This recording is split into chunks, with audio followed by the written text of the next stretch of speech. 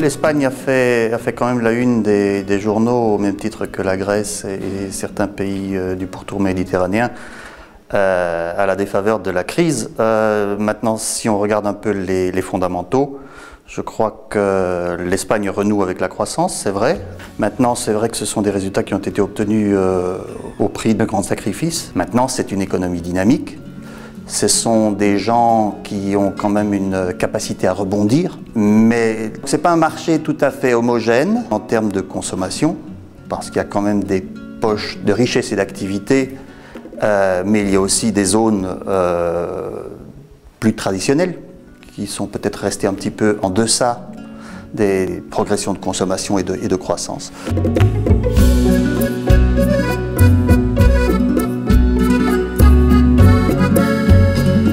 Nous couvrons la zone d'Espagne centre et le sud, l'Andalousie, l'Extrémadure. Madrid, c'est un peu le centre institutionnel, c'est le centre administratif.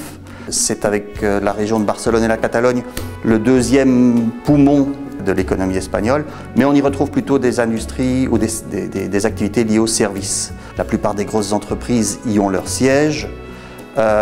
Donc tout ça, pour nos entreprises, amène des opportunités en matière de services informatiques, de sécurité.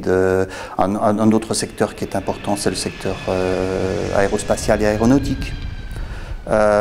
Donc ce sont ces industries de pointe liées aussi à l'industrie, aux sciences du vivant, biotechnologie, les services hospitaliers, les services au troisième âge.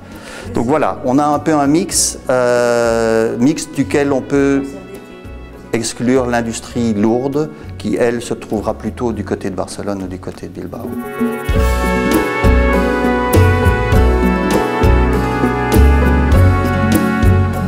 Le castillan, l'espagnol, tel qu'il est parlé en Espagne, est essentiel parce que l'espagnol en lui-même, même s'il a une pratique passive de l'anglais, n'y trouve pas sa zone de confort.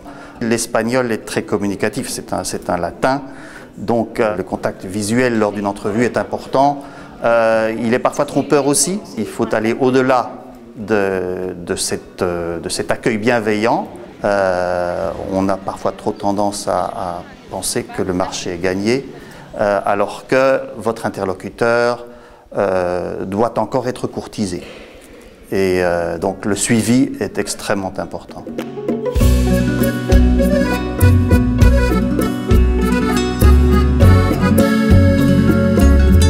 L'Espagne, bien qu'elle est dans le même créneau horaire que le créneau belge, pratique des horaires de travail qui sont sensiblement différents. Donc le créneau horaire est important, la patience, le légendaire manque de ponctualité.